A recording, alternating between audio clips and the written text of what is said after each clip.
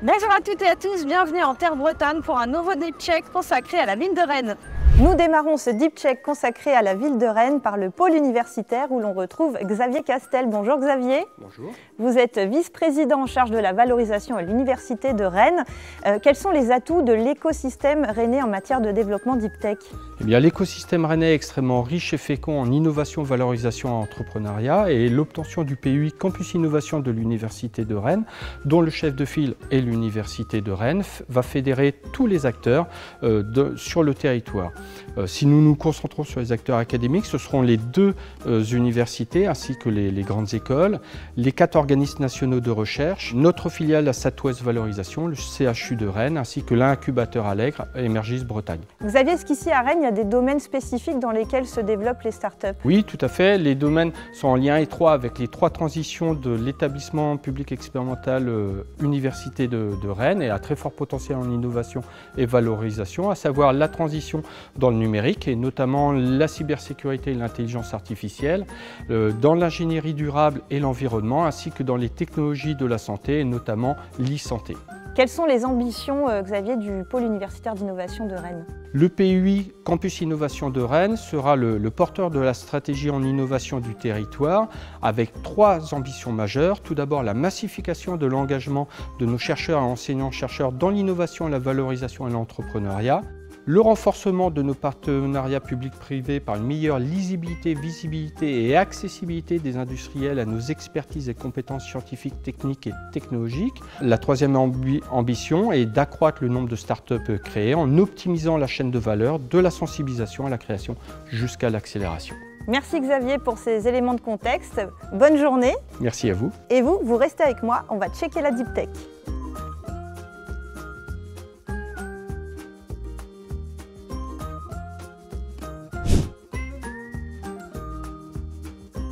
Premier check de ce Deep Check rennais chez K-Labs où l'on retrouve Jean-François Morizet. Bonjour Jean-François. Bonjour. Vous êtes le fondateur de K-Labs, leader mondial des mises en forme de la lumière. En quoi consiste votre expertise? En fait, ce que K-Labs sait faire, c'est prendre un laser et changer sa forme. Aujourd'hui, ce que fait K-Labs, qui représente 75% de l'activité, c'est la communication entre les satellites et le sol. On peut se dire, mais c'est quoi l'enjeu des lasers dans ce cas-là? C'est qu'en fait, un laser, quand il traverse l'atmosphère, il est déformé.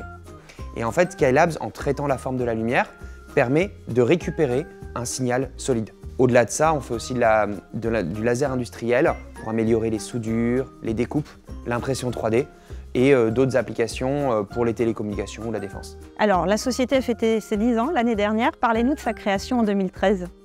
K-Labs, en 2013, c'est essentiellement une spin-off d'un laboratoire. Alcatel-Lucent est venu voir le laboratoire Kessler-Bruxelles à Paris et l'enjeu était de prendre une technologie qui était au laboratoire et de l'amener pour faire des produits télécoms. Aujourd'hui, finalement, ce qui représente 75% de notre activité, c'est bien la communication spatiale, satellite-sol, quelque chose qu'on n'avait pas vu au démarrage. Des nouveaux objectifs aujourd'hui? L'enjeu pour nous, c'est de suivre nos clients dans des marchés qui grandissent très vite. On a plus de 180% de croissance par an depuis quelques années sur la communication optique, 150% je crois sur les batteries de voitures, etc. Donc c'est vraiment beaucoup de travail. Il s'agit d'industrialiser nos produits, on l'a déjà fait sur des produits télécoms et il faut aussi le faire sur tout le reste de nos gammes parce qu'en fait faire mûrir nos produits, c'est ce qui permet d'offrir à nos clients ce dont ils ont besoin. Eh ben, on vous souhaite une belle réussite pour la suite. Merci beaucoup Jean-François. Merci.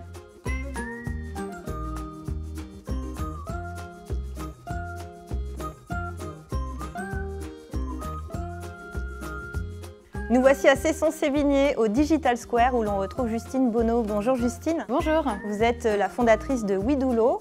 Un mot de présentation de votre start-up? Alors oui, Widulo, c'est une start-up qui fait des logiciels pour les industriels, pour les aider à optimiser les performances et l'efficience énergétique de leurs logiciels, qui soient embarqués dans des voitures, des drones, des robots ou hébergés sur des serveurs. Alors qui fait appel à vous concrètement?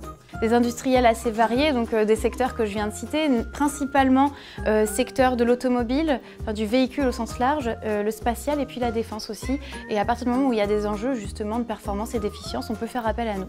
Vous auriez un exemple très concret à nous donner d'application? Oui, on a travaillé par exemple sur un logiciel qui est assez invisible sur une voiture. Donc nous, en tant que conducteurs, on n'en a pas vraiment conscience, mais il y a tout un tas de logiciels qui permettent de traiter les signaux, par exemple, de vos roues pour vous donner des informations. Est-ce qu'un de vos pneus est sous-gonflé, par exemple? Et notre objectif avec WeDoLo, c'est de faire en sorte que cette brique, elle consomme le moins d'énergie possible.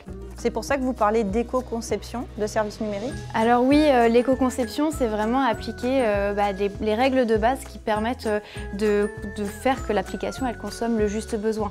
Et c'est vraiment ce que nous on met en jeu chez WeDoLo, alors pas uniquement pour la partie énergétique, aussi pour la partie performance. C'est vraiment des règles de bon sens pour aller vers une éco-conception des logiciels. Merci beaucoup Justine. Merci à vous. Il est temps de dire au revoir à la ville de Rennes. Je vous dis à très vite pour un prochain Deep Check.